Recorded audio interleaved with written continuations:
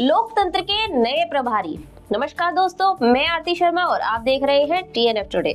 दोस्तों, देश की सबसे बड़ी पंचायत लोकसभा ने अपना अध्यक्ष चुन लिया है, पर यह पूरा प्रकरण बताता है कि चीजें अंततः बहुमत से ही तय होती हैं। लोकतंत्र में विपक्ष अपनी अनिवार्य भूमिका निभाता है, लेकिन यह अपेक्षा दोनों पक्षों से है कि बहस का स्तर बना रहे और कोई शीलता न सीमा लांघे।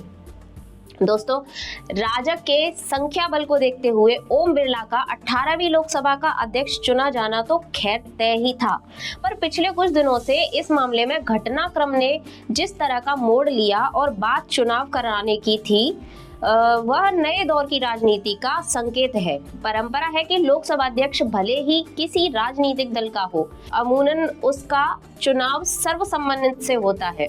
सदन के संचालन के लिए अध्यक्ष को सभी दलों की सहयोग की अपेक्षा होती है और लोकसभा अध्यक्ष के पद को चूंकि दलगत राजनीति से ऊपर माना जाता है, इसलिए अगर इस पद पर नियुक्ति सभी को भरोसे में लेकर हो तो पद की गरिमा बढ़ती है और सदन की भी। लेकिन हुआ ये कि 48 वर्षों में पहली बार सत्ता पक्ष और विपक्ष के बीच सहमति नहीं बनी और विपक्ष ने उपाध्यक्ष की मांग की पूरी होने में विफल रहने पर अपना उम्मीदवार भी मैदान में उतार दिया।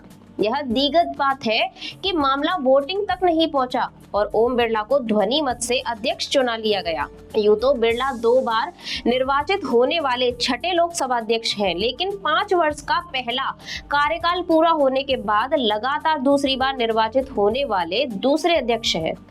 यदि पिछली लोकसभा का कार्यकाल देखा जाए तो ओम बिरला के अध्यक्ष रहते 17वीं लोकसभा की कुल उत्पादकता 97% रही, जो पिछले 5 लोकसभाओं में सबसे ज्यादा है।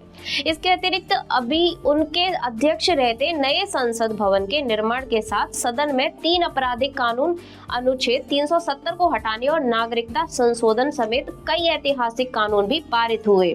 हालांकि 100 सांसदों के निलंबन व संसद की सुरक्षा पर कुछ कड़े फैसले ज्यादा चर्चा में हो रहे हैं।